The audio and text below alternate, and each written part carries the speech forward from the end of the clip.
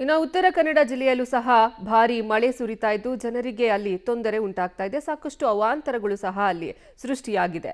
ಅಂಕೋಲದ ಹಾರವಾಡ ತರಂಗಮೇಟ್ನಲ್ಲಿ ಕಡಲ ಕೊರೆತಕ್ಕೆ ಮನೆಗಳು ಹಾನಿಗೆ ಈಡಾಗಿವೆ.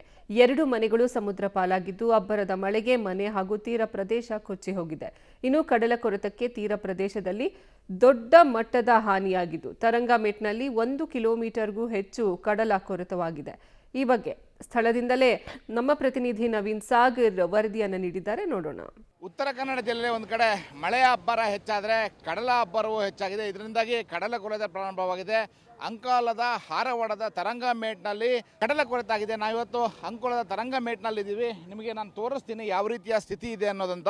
ಯಾಕೆಂದರೆ ಕಳೆದ 2 ವರ್ಷದಿಂದ ಅಂಕೋಲದ ಹಾರವಾಡದ ತರಂಗಮೇಟ್ನಲ್ಲಿ ದೊಡ್ಡ ಪ್ರಮಾಣದ ಕಡಲ ಕೊರೆತ ಆಗ್ತಾನೆ ಇದೆ. ಮಳೆ ಹೆಚ್ಚಾದಾಗ ಮತ್ತು ಅಲೆಗಳ ಅಬ್ಬರ ಹೆಚ್ಚಾದಾಗ ಈ ಭಾಗದಲ್ಲಿ ಸಾಕಷ್ಟು ಹಾನಿಗಳು ಸಂಭವಿಸಿದ್ದು. ಕಳೆದ ವರ್ಷವೂ ಕೂಡ ಇದೇ ರೀತಿಯಲ್ಲಾಗಿತ್ತು. ಈ ವರ್ಷ ದೊಡ್ಡ ಪ್ರಮಾಣದಲ್ಲಿ ಸುಮಾರು 1 ಕಿಲೋಮೀಟರ್ ವ್ಯಾಪ್ತಿಯಲ್ಲಿ ಕಡಲ ಕೊರೆತ ಆಗಿರುವಂಥದ್ದು ನೀವು ನೋಡ್ಬೋದು. ಈ ಭಾಗದಲ್ಲಿ ತರಂಗಮೇಟ್ನಲ್ಲಿರುವಂತಹ ಕಡಲ ತೀರ ಪ್ರದೇಶಗಳಲ್ಲಿ ಸಂಪೂರ್ಣವಾಗಿ ಈಗ ತೀರ ಪ್ರದೇಶ ಈಗ ಕಡಲ ಕೊರೆತದಿಂದ ಹಾಳಾಗಿರುವಂಥದ್ದು. ಇನ್ನು ಮನೆಗಳು ಕೂಡ ಹಾನಿಯಾಗಿದ್ದಾವೆ.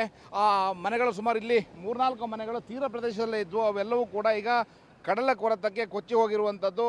2 ಮನೆ ಸಂಪೂರ್ಣವಾಗಿ ಕಡಲಿನಲ್ಲಿ ಕೊಚ್ಚಿ ಹೋಗಿರುವಂಥದ್ದು. ಇನ್ನು ನೀವು ನೋಡ್ಬೋದು ಈ ಭಾಗದಲ್ಲಿ ಸಾಕಷ್ಟು ದೊಡ್ಡ ಪ್ರಮಾಣದಲ್ಲಿ ಕಡಲ ಕೊರೆತ ಆಗಿದ್ದಾವೆ. ಯಾಕೆಂತಂದರೆ ಒಂದು ಕಡೆ ಅಲೆಗಳ ಅಬ್ಬರ ದೊಡ್ಡ ಪ್ರಮಾಣದಲ್ಲಿದೆ. ಈಗ ಅಮಾಸೆಯೂ ಕೂಡ, ಹಾಗಾಗಿ ಹೆಚ್ಚಿನ ಪ್ರಮಾಣದಲ್ಲಿ ಅಲೆಗಳು ಈ ಭಾಗದಲ್ಲಿ ಬರ್ತದೆ. ಇದರಿಂದಾಗಿ ತೀರ ಪ್ರದೇಶದಲ್ಲಿ ಕಡಲ ಕೊರೆತ ಆಗಿರುವಂಥದ್ದು ನೀವು ನೋಡ್ಬೋದು. ಈ ಭಾಗದಲ್ಲಿ ಈಗ ಮನೆಯೂ ಕೂಡ ಸಂಪೂರ್ಣವಾಗಿ ಕಡಲ ಕೊರೆತಕ್ಕೆ ನಾಶವಾಗಿದ್ದಾವೆ. ಸುಮಾರು ಒಂದು 2 ಮನೆಗಳೀಗ ಹೋಗಿದ್ದಾವೆ. ಅದಲ್ಲದೆ ಇನ್ನೂ 3-4 ಮನೆಗಳು ಬಿದ್ದು ಹೋಗುವಂತಹ ಸಾಧ್ಯತೆಗಳಿದ್ದಾವೆ. ಆ ಭಾಗದಲ್ಲಿ ನೀವು ನೋಡಬಹುದು ಯಾವ ರೀತಿಯ ಪರಿಣಾಮ ಅಂತೇಳಿ. ಯಾಕಂತಂದರೆ ಈ ಭಾಗದಲ್ಲಿ ಹೆಚ್ಚಿನ ಮಳೆ ಒಂದು ಕಡೆ ಆದರೆ ಇನ್ನೊಂದು ಕಡೆ ಅಲೆಗಳ ಅಬ್ಬರ ಹೆಚ್ಚಾಗಿದೆ. ಯಾಕೆಂದರೆ ಹವಾಮಾನ ಇಲಾಖೆ ಮೊದಲನೇ ಒಂದು ಮಾಹಿತಿಯನ್ನು ನೀಡಿತ್ತು. ಸಮುದ್ರ ತೀರದಲ್ಲಿ ಹೆಚ್ಚಿನ ಅಲೆಗಳು ಬರ್ತವೆ. ಅಲೆಗಳು ಬರೋದ್ರಿಂದಾಗಿ ಕಡಲ ಕೊರೆತ ಪ್ರಾರಂಭವಾಗುತ್ತೆ ಅನ್ನುವಂತಹ ಸೂಚನೆಯನ್ನು ನೀಡಿದರು. ಆ ಹಿನ್ನೆಲೆಯಲ್ಲಿ ಈಗ ನೀವು ನೋಡ್ಬೋದು ಈ ಭಾಗದಲ್ಲಿ ದೊಡ್ಡ ಪ್ರಮಾಣದಲ್ಲಿ ಮನೆಗಳು ಕೊಚ್ಚಿ ಹೋಗಿದ್ದಾವೆ. ತೀರ ಪ್ರದೇಶದ ತೆಂಗಿನ ಮರ ಇರ್ಬೋದು, ಹಾಗೆ ಅವರು ಮಾವಿನ ಮರ, ಈ ರೀತಿಯ ಕೃಷಿಜ ಅವರ ಏನು ಗಿಡಗಳನ್ನು ಹಾಕಿದ್ರು ಎಲ್ಲವೂ ಕೂಡ ಈಗ ಕೊಚ್ಚಿ ಹೋಗಿದ್ದಾವೆ. ಜೊತೆಗೆ ಮನೆಗಳು ಕೂಡ ಕೊಚ್ಚಿ ಹೋಗಿರುವಂಥದ್ದು. ಇಂಥ ಸ್ಥಿತಿ ಈ ಭಾಗದಲ್ಲಿ ಈಗ ನಿರ್ಮಾಣವಾಗಿರುವಂಥದ್ದು ನೀವು ನೋಡ್ಬೋದು. ಯಾವ ರೀತಿಯಲ್ಲಿ ಒಂದು ಅಲೆಗಳ ಅಬ್ಬರ ಇದೆ ಅಂತಂದರೆ ಅದರ ಬೋರ್ಗರೆತಕ್ಕೆ ತೀರ ಪ್ರದೇಶ ಸಂಪೂರ್ಣವಾಗಿ ಹಾಳಾಗಿರುವಂಥದ್ದು. ಮನೆಗಳು ನಾಶ ಆಗಿದ್ದಾವೆ. ಇಲ್ಲಿಯ ಮೀನುಗಾರರ ಬದುಕು ಅತಂತ್ರವಾಗಿರುವಂಥದ್ದು. ಇನ್ನು ನಾನು ಜನರನ್ನು ಕೂಡ ಮಾತಾಡಿಸ್ತೀನಿ, ಇಲ್ಲಿ ಯಾವ ರೀತಿ ಸಮಸ್ಯೆಗಳನ್ನು ಎದುರಿಸ್ತಾ ಇದ್ದಾರೆ ಅಂತೇಳಿ. ಸರ್, ಕಡಲ ಕೊರೆತ ಯಾವಾಗಿಂದ ಪ್ರಾರಂಭ ಆಯಿತು, ಏನು ಕತೆ? ಒಂದು 3 ವರ್ಷದಿಂದ ಈ ರೀತಿ ಕಡಲ ಕೊರತೆ ಆಗ್ತಿದೆ. ಇದಕ್ಕೆ ಸಂಬಂಧಪಟ್ಟಂಗೆ ಹೋದ ವರ್ಷ ನಾವು ಜಿಲ್ಲಾಧಿಕಾರಿಗಳಿಗೂ ಹಾಗೂ ಮುಖ್ಯಮಂತ್ರಿ ಸಹಿತ ಇಲ್ಲಿ ಬಂದು ಭೇಟಿಯನ್ನು ಕೊಟ್ಟಿದ್ದರು. ಆವಾಗ ನಮಗೆ ಶಾಶ್ವತ ಪರಿಹಾರ ಏನು ಸಿಗ್ತದೆ ಹೇಳುವ ಒಂದು ಭರವಸೆ ಇತ್ತು. ಆದರೆ ಮುಖ್ಯಮಂತ್ರಿಗಳು ಬಜೆಟನ್ನು ಒಂದು 180 ಮೀಟರಿಗಷ್ಟೇ ಸ್ಯಾಂಕ್ಷನ್ ಮಾಡಿ ಅದನ್ನು ಕೊನೆಗೆ ಲಾಸ್ಟ್ ಮಳೆಗಾಲ ಪ್ರಾರಂಭ ಆಗುವ ಸಮಯದಲ್ಲಿ ಬಜೆಟನ್ನು ಇದು ಮಾಡಿ ವರ್ಕ್ ಆರ್ಡರ್ಸ್ ಮಾಡಿ ಈಗೇನು ಕೆಲಸ ಚಾಲೂ ಮಾಡಿದರೆ ಅದೆಲ್ಲ ಕಲ್ಲು ಹಾಕಿದೆಲ್ಲ ಕೊಚ್ಕೊಂಡು ಹೋಗಿದೆ.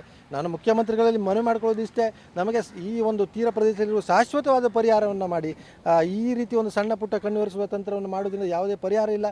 ನಾವು ನಾಳೆ ಇಲ್ಲಿ ಮಾರಣ ಹೋಮ ಆಗಿ ಮನೆಗಳೆಲ್ಲ ಕೊಚ್ಕೊಂಡು ಹೋಗಿ ಜನ ಸತ್ತ ಮೇಲೆ ಬಂದು ನೀವು ಅದಕ್ಕೆ ಸಂಬಂಧಪಟ್ಟಂಗೆ ಕ್ರಮ ತಗೊಂಡ್ರೆ ಏನು ಪ್ರಯೋಜನ ಇಲ್ಲ. ನಮ್ಮ ಜೀವಂತ ಇರುವಾಗಲೇ ಮೀನುಗಾರರಿಗೆ ನೀವು ಸಹಾಯ ಮಾಡಿ ಅಂತ ಮುಖ್ಯಮಂತ್ರಿಗಳಲ್ಲಿ ನಾವು ವಿನಂತಿ ಮಾಡ್ಕೊಳ್ತೀವಿ. ತರಂಗಮೇಟ್ನಲ್ಲಿ ಎಷ್ಟು ಮನೆಗಳಿದ್ದಾವೆ ಮತ್ತು ಎಷ್ಟು ಮನೆಗಳು ಕೊಚ್ಚಿ ಹೋಗಿದ್ದಾವೆ ಈ ಭಾಗದಲ್ಲಿ? ಈಗಾಗಲೇ ಒಂದು 3-4 ಮನೆಗಳು ಕೊಚ್ಚೋಗಿದ್ದಾವೆ. ಹಿಂದೆ ಏನು ಒಂದು ಮನೆ ಕೊಚ್ಚೋಗಿದ್ದಾರೆ, ಅವರಿಗೆ ಇಲ್ಲಿ ತನಕ ಉಳ್ಕೊಳ್ಳಿಕ್ಕೆ ಶಾಶ್ವತವಾದ ಪರಿಹಾರ ಸಿಕ್ಕಿಲ್ಲ. ಪರಿಹಾರ ಅಂದರೆ ಖಾಲಿ ಒಂದು ಸ್ವಲ್ಪ ಅಮೌಂಟ್ ಏನು ಕೊಟ್ಟಿದ್ದಾರೆ, ಆದರೆ ಉಳ್ಕೊಳ್ಳಿಕ್ಕೆ ಯಾವುದೇ ಜಾಗದ ವ್ಯವಸ್ಥೆ ಇಲ್ಲ.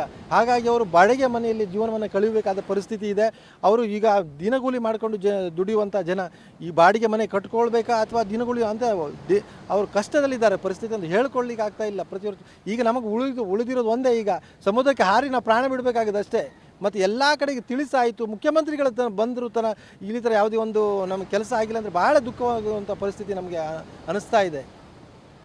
ಹಿಂದೆ ಶಿರೂರು ದುರಂತ ಆದಾಗಲೂ ಕೂಡ ಈ ಭಾಗಕ್ಕೆ ಮುಖ್ಯಮಂತ್ರಿಗಳೇ ಖುದ್ದಾಗಿ ಭೇಟಿ ನೀಡಿದರು. ಅದರ ನಂತರದಲ್ಲಿ ಸ್ವಲ್ಪ ಪ್ರಮಾಣದಲ್ಲಿ ಇಲ್ಲಿ ಕಲ್ಲುಗಳನ್ನು ಹಾಕಿ ತಡೆಗೋಡೆಯನ್ನು ನಿರ್ಮಿಸುವಂಥ ಕೆಲಸವನ್ನು ಬಂದರು ಇಲಾಖೆ ಮಾಡಿತ್ತು. ಆದರೆ ಮತ್ತೆ ಕಡಲ ಕೊರತೆ ಆಗಿದ್ದರಿಂದಾಗಿ ಈ ಭಾಗದಲ್ಲಿರುವಂತಹ ಮನೆಗಳಿದ್ದಾವೆ ಎಲ್ಲವೂ ಕೂಡ ನಾಶ ಆಯಿತು. ಅದನ್ನು ಹೊರತುಪಡಿಸಿದರೆ ಇವಾಗ ಈ ಸಂದರ್ಭದಲ್ಲಿ ಅತಿ ಹೆಚ್ಚು ಈ ಭಾಗದಲ್ಲಿ ಈಗ ಕಡಲ ಕೊರತೆ ಇದೆ.